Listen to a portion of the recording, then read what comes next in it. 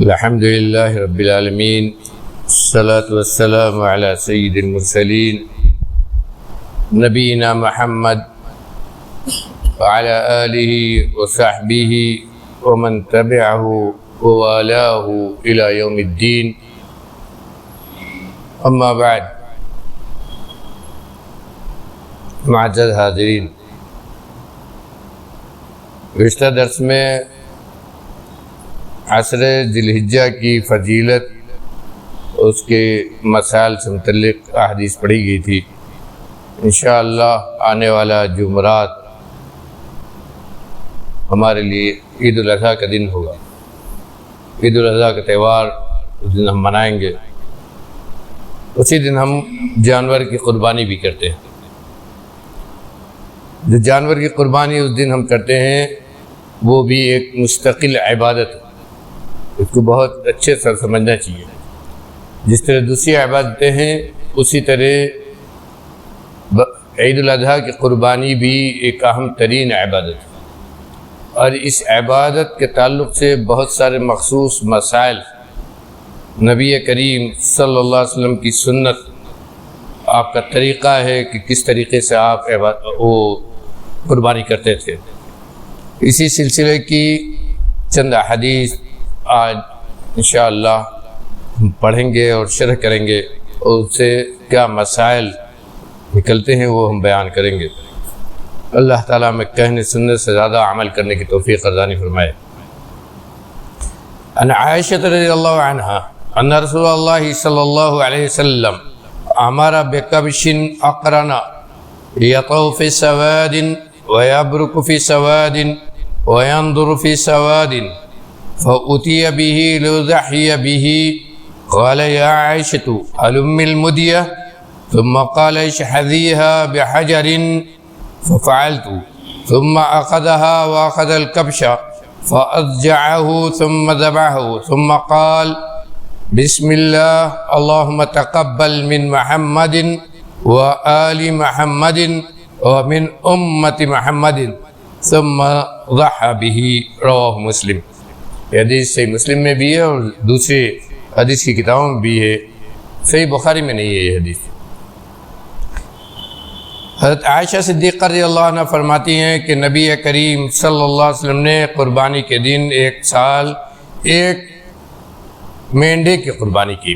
یہاں یہ بات آپ کو معلوم ہونا چاہیے کہ آپ نے مختلف سالوں میں مختلف قربانیاں کی ہیں، کبھی ایک کی ہے کبھی دو کی ہے، اور اسی سے علماء نے یہ مسئلہ نکالا ہے کہ ایک فیملی کی طرف سے ایک جانور ذبح کر دیا جائے کافی ہوتا ہے۔ ہر سر پر، ہر فیملی کے ہر سر پر قربانی نہیں واجب ہے۔ قربانی ایک فیملی کی طرف سے ایک اگر کر دیا جائے تو کافی ہو جائے گی، ایک جانور ایک فیملی کی طرف کافی ہوگا۔ اور ابو ایوب انصاری رضی اللہ عنہ کی حدیث میں اسی صراحت بھی ہے، انہوں نے کہا کہ ہم نبی کریم صلی اللہ علیہ وسلم کے زمانے میں ایک آدمی اپنی پوری فیملی کی طرف سے ایک قربانی کرتا تھا، تو آپ نے بھی ایسی جو قربانی کی ایک دمبا ذبح کیا، یہ آپ کی طرف سے بھی تھا اور کس کی طرف سے تھا، آگے دعا میں اس کا ذکر ہے۔ قربانی کے تعلق سے یہ بھی ہمیں جاننا چاہیے کہ قربانی جب ہم کرتے ہیں تو اس وقت دعا میں بھی اس کا ذکر ہونا چاہیے، اس کی طرف ہم قربانی کر رہے ہیں، یہ دعا میں بھی آنا چاہیے، نیت بھی اور دعا میں بھی۔ دیکھیے آپ کی دعا میں اس کا ذکر ہے۔ کہتے ہیں ایک مینڈے کی قربانی کی، کیسا تھا؟ اقرنا، سینگ والا تھا۔ مینڈے کے تعلق سے جب نبی کریم صلی اللہ علیہ وسلم کا قربانی کا ذکر آتا ہے تو سینگ دار ذکر آتا ہے، بغیر سینگ کا نہیں آتا۔ ایک روایت میں ہے کہ آپ نے 2 مینڈا کیا، یعنی کسی سال 2 مینڈا کیا ہوگا، تو اس میں بھی ہے بکبشینی املعینی اقرنینی، 2 مینڈے کی قربانی کی آپ نے، دونوں بہت ہی خوبصورت تھے اور دونوں سینگدار تھے۔ اس سے یہ بھی علماء نے نکالا ہے کہ جانور اچھے سے اچھا، خوبصورت سے خوبصورت جانور کی قربانی کرنا چاہیے۔ قربانی میں بھی اختیار اچھا ہونا چاہیے، پسندیدہ ہونا چاہیے، ایسا جانور ہونا چاہیے کہ دیکھنے میں اچھا لگے۔ تو کہتے ہیں ایک کیسا تھا وہ؟ یطوف فی سواد، چلتا تھا کالے میں، بیٹھتا تھا کالے میں، دیکھتا تھا کالے میں. بہت ہی دقیق تعبیر ہے یہاں. حضرت عائشہ جو کہہ رہی ہیں بہت ہی دقیق تعبیر ہے. چلتا تھا یعنی اس کے پیر دونوں اور اس کے پیر چاروں یہ کالے تھے, کالے میں چلتا تھا, نہیں کالے پیر تھے, اس سے چلتا تھا تو کالا کالا چلتا تھا. اور کہا کہ بیٹھتا تھا کالے میں یعنی نیچے پیٹ یہ کالا تھا. اور اسی طرح کہا کہ دیکھتا تھا کالے میں یعنی آنکھ کے ارد گرد یہ کالا تھا. گویا سفید اور کالا ملا ہوا تھا. اس سے اشارہ یہ ملتا ہے کہ سفید اور کالا ملا ہوا تھا, اس لیے کہ الگ الگ بتائے کہ الگ الگ جگہ کا یہاں کالا تھا, تو گویا بقیہ سفید تھا. کہا سفید اور کالا ملا ہوا تھا. چاروں پیر اس کے دونوں ہاتھ اور دونوں پیر یہ کالے تھے. آنکھ کے گرد کالا تھا اور پیٹ پر کالا تھا. ایک خوبصورتی کا نشان ہے. یہ نبی کریم صلی اللہ علیہ وسلم کی پسندیدہ جانور ہوا. آپ نے گویا اس کو پسند کیا.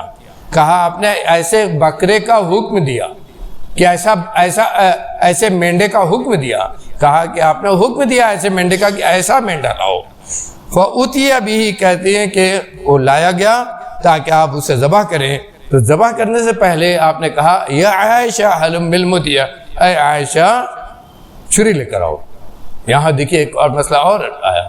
عورتوں کو چاہیے کہ قربانی میں تعاون کریں, مدد کریں. عورتوں کو بھی اس میں حصہ لینا چاہیے, عورتوں کو بھی اس میں دیکھنا چاہیے. آپ نے حضرت عائشہ سے کہا کہ چھری لے کر آؤ, تو وہ کہاں لے کر آئے ہوں گی جہاں جانور ذبح کیا جا رہا. اور چھری اسی سے علماء نے لکھا کہ گویا چھری لے کر آؤ. یہ بھی کہا کہ اس کو تیز کر کر لے کے آؤ, پتھر پر اسے تیز کر لو اور تیز کر کے لے کے آؤ. اس سے علماء نے نکالا ہے کہ گویا عورتوں کو بھی اس میں قربانی میں مدد کرنی چاہیے.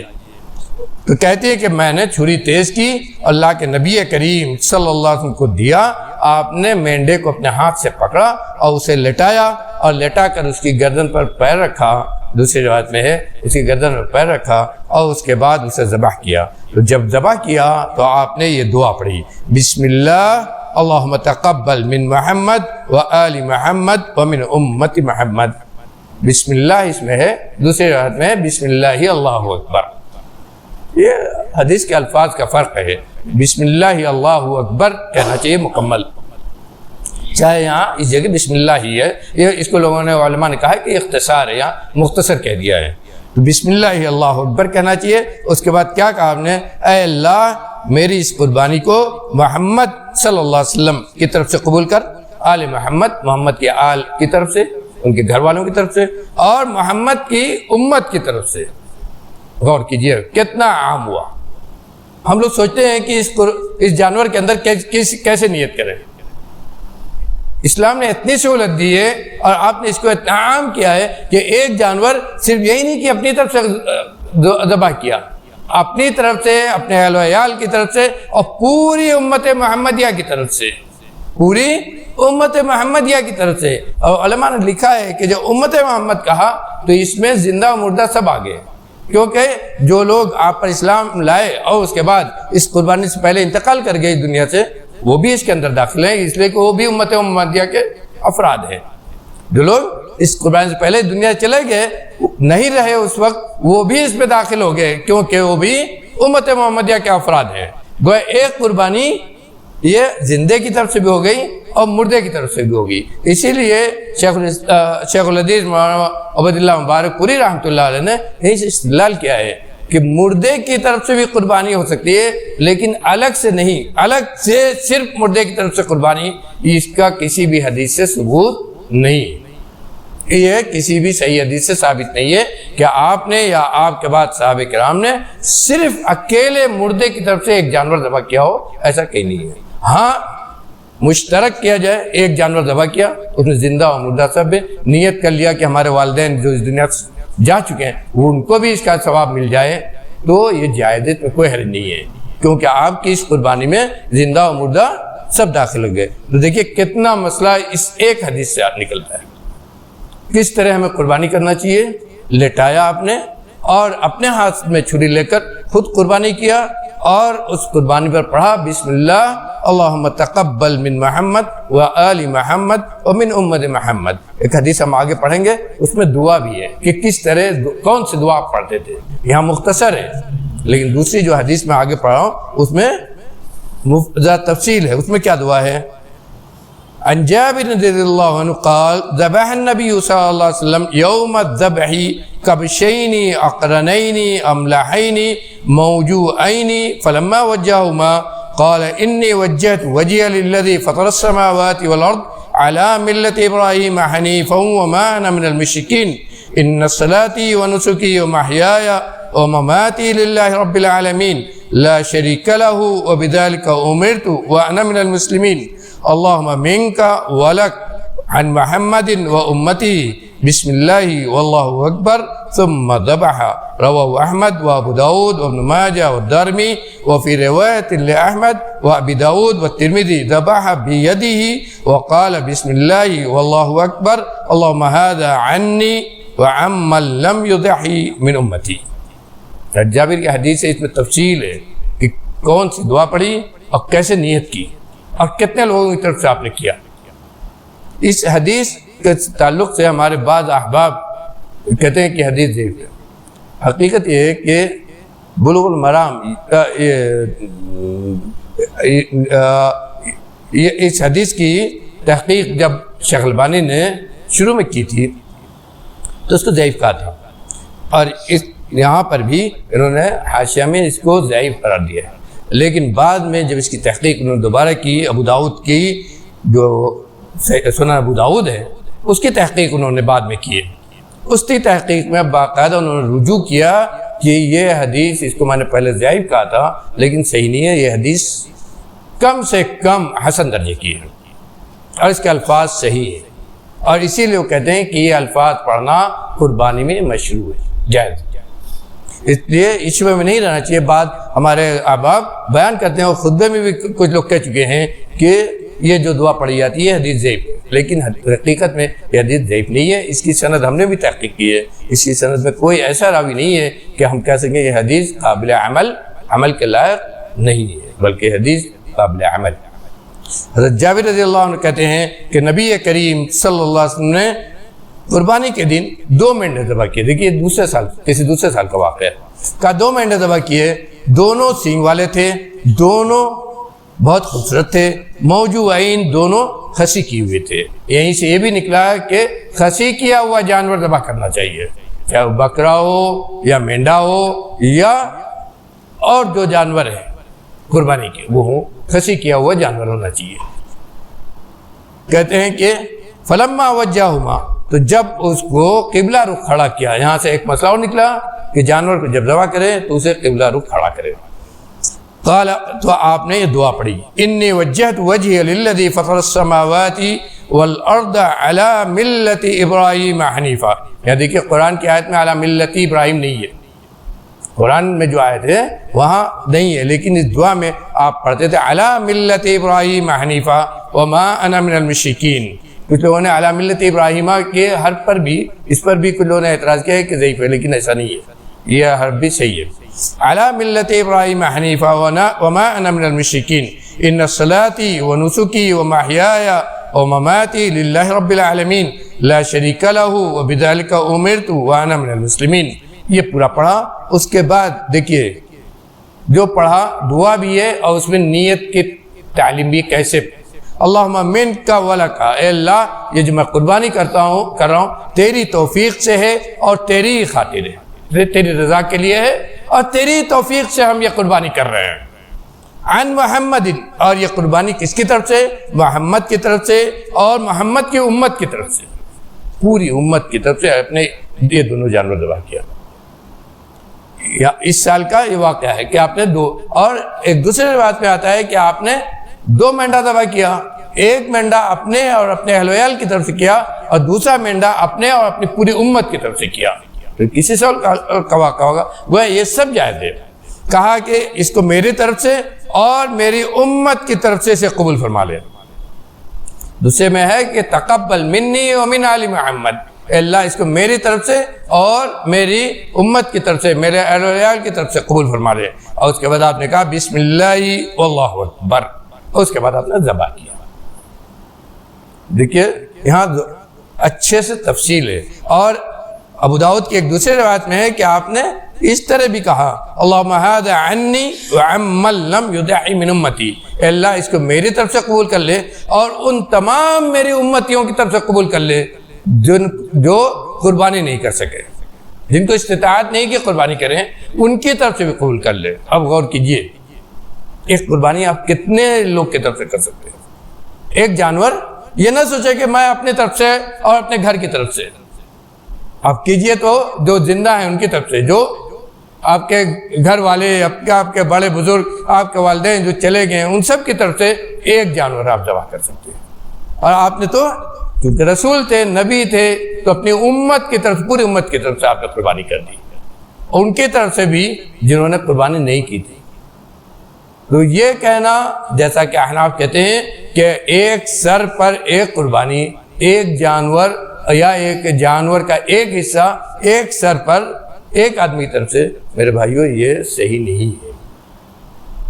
تمام احادیث سے بتلاتی ہیں کہ ایک قربانی آپ بہت سارے لوگوں کی طرف سے کر سکتے ہیں، اپنے اہل ویال کی طرف سے بھی، اور جو گزر گئے ہیں ان کی طرف سے بھی، اور جنہوں نے قربانی نہیں کیا ہے ان کی طرف سے بھی، سب کی طرف سے کر سکتے ہیں۔ تو یہ قربانی کرنے کا طریقہ ہے اور یہ دعا ہے۔ اور اس کے بعد قربانی کا جانور کیسا ہو، اس کی بھی شرائط ہے، اس کی بھی شرائط ہے، کیونکہ میں نے پہلے کہا کہ قربانی اصلاً عبادت ہے، اور یہ جو بقرعید کے دن کی، عید الاضحیٰ کے دن کی قربانی ہے، یہ الگ سے عبادت ہے۔ اس کے مسائل دوسرے بہت سارے قربانی کے جو احکام ہیں ان سے الگ ہے، ان میں کچھ اور شرائط ہیں جو عام قربانیوں میں نہیں ہے۔ ایک شرط کیا ہے؟ ان جابر قال قال رسول اللہ صلی اللہ علیہ وسلم لا تذبحوا الا مسنة الا ان يعسر عليكم فتذبحوا جزعة من الضأن۔ مسلم کی حدیث ہے، آپ نے فرمایا کہ نہ جانور ذبح کرو مگر وہی جو دانتا ہو، وہ جانور، صرف وہ جانور ذبح کرو جو دانتا ہو۔ یہاں حصر کر دیا آپ نے، اور اسی لیے علماء نے لکھا ہے کہ اگر قربانی کے دن کے جانور میں کوئی آدمی غیر دانتا جانور ذبح کرتا ہے تو اس کی قربانی نہیں ہوگی۔ اس جانور کا گوشت کھانا جائز ہے، آپ کی قربانی، یعنی آپ نے جو ذبح کیا ٹھیک ہے، وہ حلال ہے، اس کا گوشت آپ کھا سکتے ہیں، لیکن اس دن قربانی کے دن کی قربانی آپ کی نہیں ہوگی۔ قربانی کے دن کی قربانی نہیں ہوگی، اس دن کی قربانی اسی وقت ہوگی جب آپ دانتا جانور ذبح کریں گے۔ آپ نے کہا کہ اگر نہ ملے، مشکل ہو، جانور نہ دستیاب ہو، تو کیا کرو؟ بھیڑ کا 1 سال کا دمبا ذبح کر دو۔ لیکن بکرا نہیں کہا آپ نے، کہا بھیڑ کا 1 سال کا دمبا ذبح کر دو۔ یہ اس وقت جب آپ کو دانتا نہ ملے۔ ایک شرط تو یہ ہوئی، ایک اور کیا شرط ہے؟ ایک شرط یہ ہے کہ عیبیلا نہ ہو، کسی طرح کا اس کے اندر عیب نہ ہو۔ عن البراء بن عازب ان رسول اللہ صلی اللہ علیہ وسلم سئل ماذا يتقى من الضحايا فاشار بيده فقال 4: العرجاء البين ضلعها، والعوراء البين عورها، والمريض البين مرضها، والعجفاء التي لا تنقى۔ کہا کہ پوچھا گیا، حضرت براء بن عازب رضی اللہ عنہ سے حدیث سے کہتے ہیں کہ پوچھا گیا آپ سے قربانی میں، جانور بقرعید کے دن کی جانور کی قربانی میں کن جانوروں سے بچا جائے؟ تو آپ نے فرمایا کہ 4 قسم کے جانور ہیں جن کی قربانی جائز نہیں ہے، یعنی بقرعید کے دن کی قربانی میں۔ میں نے پہلے ہی کہا کہ آپ ایسے جانور ذبح کر لیں گوشت کھانے کے لیے، کوئی حرج نہیں ہے، ذبح کیا ہوا حلال ہے، کھا سکتے ہیں۔ لیکن بقرعید کے دن کی قربانی میں کہا آپ نے کہ 4 قسم کے ہیں جو جائز نہیں ہے۔ کون؟ کہا کہ بہت زیادہ وہ ایسا لنگڑا جانور جس کا لنگڑا پن واضح ہو، ایسا نابینا جانور جس کا ناپن ہونا ظاہر ہو، ایسا بیمار جانور جس کی بیماری نظر آ رہی ہو، دکھا رہی ہو، اور ایسا دبلا پتلا جانور جس کے اندر گدا نہ ہو۔ غور کیجئے، اور یہ صرف 4 عیب ہی نہیں ہے، علماء نے لکھا ہے کہ تو مثال ہے، کسی طرح کا عیب پیچھے سے کٹا ہو، اور آج کے زمانے میں ہمیں خاص طور پر یہ چیز دیکھنا چاہیے پیچھے سے جانور کٹے ہوتے ہیں وہ عام طور پر کہیں چڑھائے گئے جانور ہوتے ہیں، کیونکہ نشان پیچھے کا یہ کٹا ہونا یہ نشان ہوتا ہے کہیں چڑھانے کا۔ ہو سکتا ہے کسی کو اس طرح کہیں جانور مل گیا ہو، لا کر بیچ رہا ہو، اور اسی لیے نبی کریم صلی اللہ علیہ وسلم نے حضرت علی سے کہا تھا کہ علی جب جانور خریدو تو اس کی آنکھ، کان، پیچھا، آگا سب دیکھ لیا کرو، آنکھ، کان، آگا، پیچھا سب دیکھ لیا کرو، کہیں کوئی داغا ہوا تو نہیں ہے، کہیں سے کوئی کٹا ہوا تو نہیں ہے، کہیں سے کوئی عیب تو نہیں ہے، کیونکہ دونوں چیزیں ہیں۔ جانور چڑھاوے میں بہت چڑھائے جاتے ہیں، اور جو جانور چڑھایا جاتا ہے آج بھی یہ دستور ہے جانور چڑھانے میں کہ اس کے اوپر نشان لگاتے ہیں، الگ الگ قوموں میں، حتیٰ کہ مسلمانوں میں بھی جو چڑھاوا چڑھاتے ہیں ان کے ہاں بھی جانور کے اوپر نشان لگاتے ہیں، اور الگ الگ قوموں میں الگ الگ طریقہ ہے، کوئی آگے نشان لگاتا ہے، کوئی پیچھے نشان لگاتا ہے، کوئی کان کاٹ دیتا ہے، یہ سب چیزیں رائج ہے۔ اس لیے جانور خریدنے میں اس کا تو خاص طور پر دھیان دینا چاہیے، کیونکہ ایسا جانور جو کہیں چڑھایا گیا ہے اس کو اگر ہم ذبح کرتے ہیں تو ہماری قربانی ہرگز نہیں ہوگی، اس جانور کا گوشت ہی حلال نہیں ہے، اس جانور کا گوشت ہی حلال نہیں ہے، کیونکہ وہ غیر اللہ کے اوپر چڑھایا ہوا جانور ہے۔ جانور کی قربانی عبادت ہے، جو جانور غیر اللہ کے نام پر ذبح کیا جائے گا اس کا گوشت ہرگز حلال نہیں ہے، وما اہل بہ لغیر اللہ کے اندر ہوئے۔ اس لیے جانور خریدتے ہوئے اس چیز کا بھی ہمیں خیال کرنا چاہیے، اور پھر عیب جو آپ نے بتلایا۔ دوسری بات یہ کہ دیکھیے مہنگائی کا زمانہ ہے، آدمی پیسے کے حساب سے کبھی سوچتا ہے کہ چلو ہلکا جانور لے لو، لیکن ایسا کمزور جانور بھی نہیں لینا چاہیے جس کے اندر گوشت نہ نظر آئے۔ آپ نے صاف طور فرمایا کہ ایسا کمزور جانور نہ لو جس میں گوشت نہ ہو، اور اگر لیا ہے تو پھر اس کو کھلا پلا کر اسے تنمند کرے۔ حضرت صحابی کہتے ہیں کہ ہم لوگ جب کچھ کمزور جانور دیکھتے تھے تو اسے پہلے خریدتے تھے، اور پہلے خرید کر اس کو پالتے تھے اور اس کو موٹا فربا کرتے تھے، خوبصورت کرتے تھے، اور تب اس کی قربانی کرتے تھے۔ یہ سب سنتیں ہیں، اور اس کے ساتھ ساتھ یہ احکام ہیں قربانی کے اندر۔ اس کے علاوہ اور چیزیں ہیں، اگر کسی کو کچھ شبہات ہوں اسے پوچھنا چاہیے، تاکہ قربانی جو خاص طور پر بقرعید کے دن قربانی جو ہم بقرعید کے دن کرتے ہیں، اس کا ایام تشریق میں 11، 12، 13 کرتے ہیں، اس قربانی کو صحیح طور پر نبی کریم صلی اللہ علیہ وسلم بتائے ہوئے طریقے کے مطابق، شریعت کے احکام کے مطابق ہم اس قربانی کو کریں، تاکہ اللہ کے یہاں قبول ہو۔ اللہ تعالیٰ ہماری قربانیوں کو قبول کرے، ہمارے نیک اعمال قبول کرے، ہمارے اعمال کے اندر خلوص پیدا کرے۔ اس موقع پر میں یہ بھی کہوں گا کہ میرے بھائیوں، ہم لوگ حدیث، قرآن و حدیث پر عمل کرنے والے ہیں۔ دو چیزیں قربانی کے اندر بہت زیادہ دیکھی جاتی ہیں، ان کو ہمیں اپنے اندر سے کم نکال دینی چاہیے۔ پہلی چیز ہے ریاکاری۔ اس کو بہت بیان کیا جاتا ہے کہ ہم نے اتنے کا خریدا، ہم نے اتنے کا خریدا، ہم نے یہ ایسا پایا تو ایسے خرید لیا۔ ایسا نہ ہو کہ یہ ریاکاری کے اندر چلا جائے، اور ہماری قربانی جو پیسہ لگا کر ہم کر رہے ہیں تو قربانی ضائع ہو جائے۔ بغیر خلوص کے قربانی بھی نہیں قبول ہوگی۔ عبادت ہے، ہر عبادت کے لیے خلوص شرط ہے۔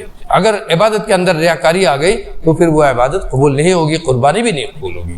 دوسری چیز یہ جو ہم دیکھتے ہیں آج کل میڈیا کا زمانہ ہے، موبائل سے فوٹو کھینچنے کا زمانہ ہے، لوگ فوٹو کھینچتے ہیں، قربانی کا بھی فوٹو لوگ کھینچتے ہیں، اور اس کے بعد اس طرح کے فوٹو وائرل کیے جاتے ہیں۔ یہ اچھی چیز نہیں ہے، اس لیے کہ ہو سکتا ہے دوسری قوم جس کو پسند نہیں کرتی ہے، اس کو بھاری پڑتا ہے، ان کے ہاں جائے وہ دیکھیں، اس کو ناپسند کریں، تو دوسروں کو تکلیف دینا یہ بھی ہمارے اسلام میں اس کی بھی اجازت نہیں ہے۔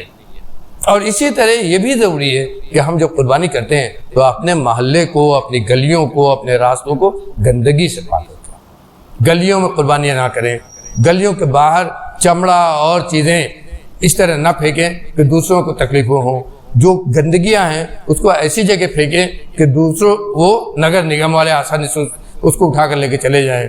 باہر ہمارے گلیوں کے باہر، گھروں کے باہر گندگیاں نہ ہو، بدبو نہ ہو، اس سے بچانا خود ہمارا کام ہے۔ اور سوچئے کہ قربانی کا حکم بھی دیا ہے اسلام نے، اور اس کے ساتھ ساتھ اسلام نے یہ بھی کہا ہے کہ النظافۃ من الایمان، صفائی ستھرائی ایمان کی علامت ہے، ایمان ہے، ایمان کی علامت نہیں، ایمان ہے۔ تو ایمان جس کو کہا گیا ہے اس پر بھی تو ہمیں عمل کرنا ہے، تو ضروری ہے کہ ہم ان چیزوں کا بھی اپنی اس قربانی میں خیال کریں، کیونکہ بہرحال یہ ایک عمل ایسا ہے کہ اس سے گندگی بھی پھیلتی ہے، اس گندگی کو روکنا یہ بھی ہماری ذمہ داری ہے. اللہ تعالیٰ میں کرنے سننے سے عمل کرنے کی توفیق دے. اقول قولی ھذا واستغفر اللہ لی ولکم ولسائر المسلمین فاستغفروہ.